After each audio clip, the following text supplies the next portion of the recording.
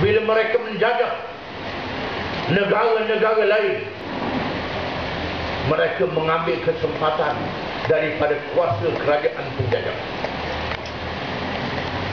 Rakyat dijadikan hamba.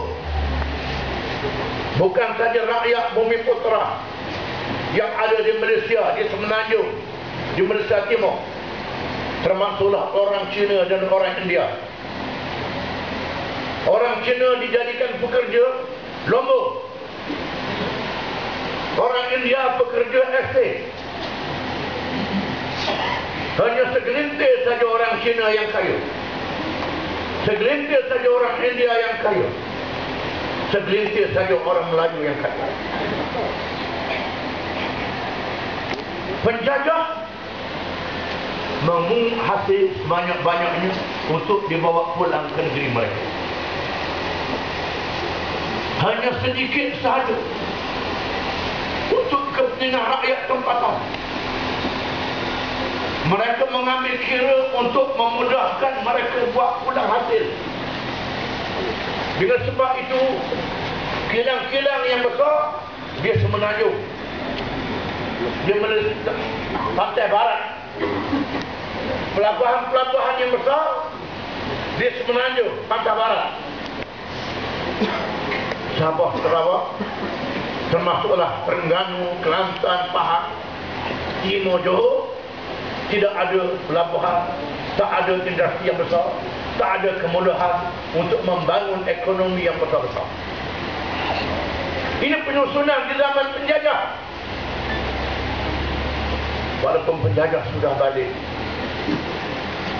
Barisan Nasional meneruskan polisi penjajah. Dulu penjajah kulit putih, sekarang penjajah sama macam kita. Hidung macam kita, mata macam kita. Kekayaan negara berpusing di kalangan orang-orang yang tertentu.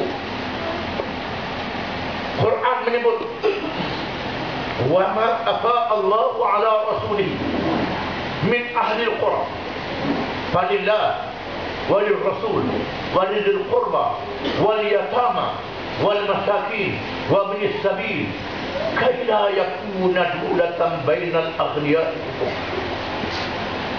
Apa-apa harta negara yang diambil daripada sesebuah negeri, maka harta itu hendaklah ditunaikan tanggungjawab dengan adil dan baik, dengan perintah Allah, perintah Rasul, untuk membantu keluarga, membantu anak yatim, membantu orang miskin, membantu mereka yang putus belanja dalam perjalanan, supaya harta negara jangan berpusing di kalangan orang-orang kaya yang tertentu saja. Macam mana berpusing kalangan tertentu saja?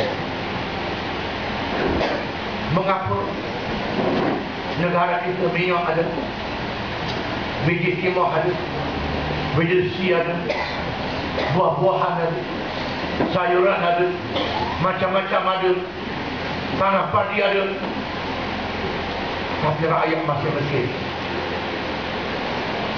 Masih banyak kawasan pedalaman yang jalan dia tak berapa elok. Kerana kepada mereka yang duduk di Sabah ni, kawasan pedalaman dah masih elok dah jalan ni. Pergi negara lain, jalan dia lebih elok lagi.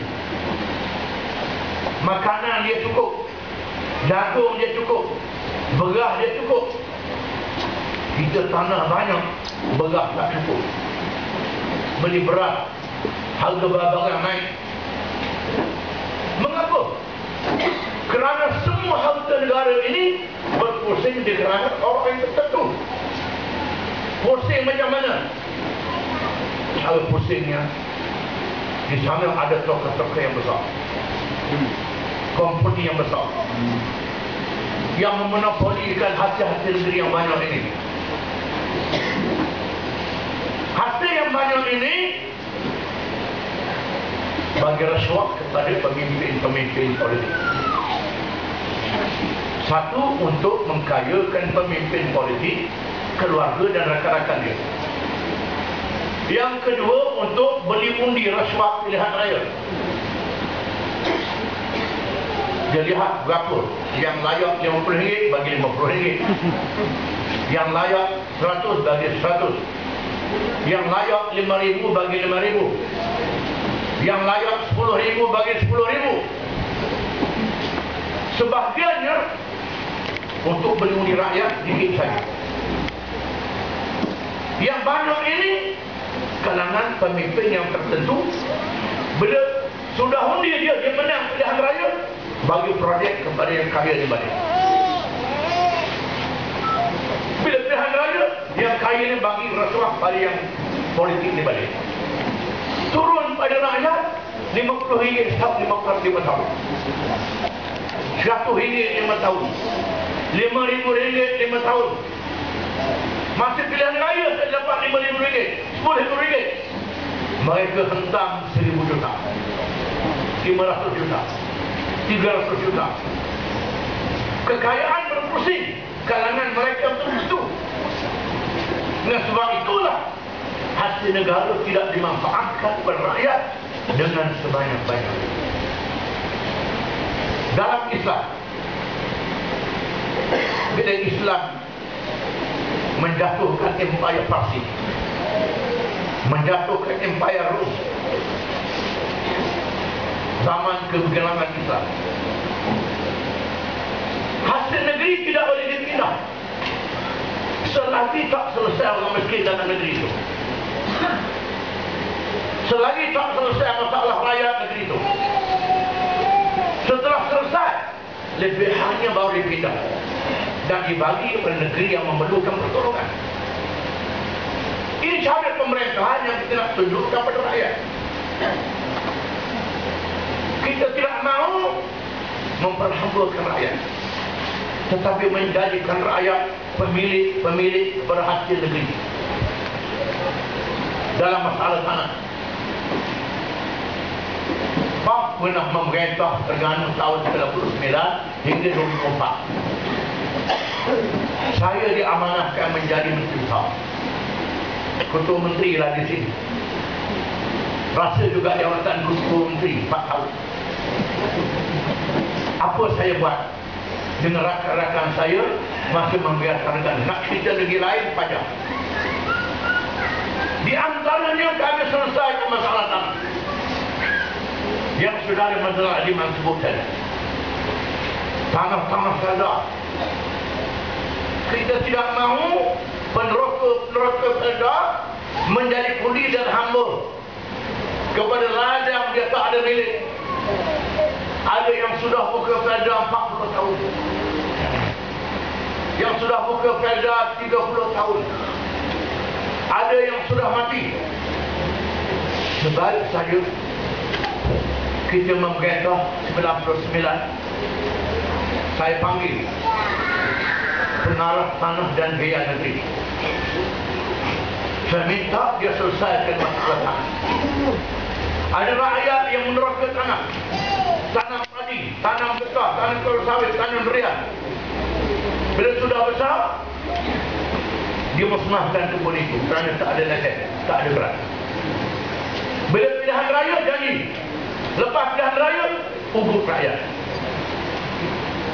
Saya minta supaya pengarah tanah jaya negeri selesaikan hak milik rakyat ini.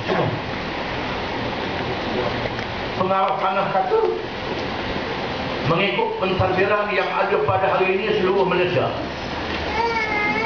sesuatu permohonan tanah oleh seorang rakyat mestilah fail permohonan dia melalui 27 meja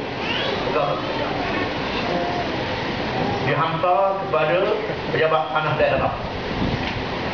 Jabatan daerah hantar pada diru kawal daerah. Kawal daerah hantar pejabat saliran daerah, hantar pada pejabat tanah balik, kemudian dihantar ke pejabat SUK. SUK hantar pada pengarah tanah, pengarah tanah hantar pada perancang negeri saliran atau ada apa-apa projek, hantar pada pengarah tanah balik, hantar pada SUK. SUK hantar kepada Menteri Besar saya, buat mencarat SUK, mencarat SUK hantar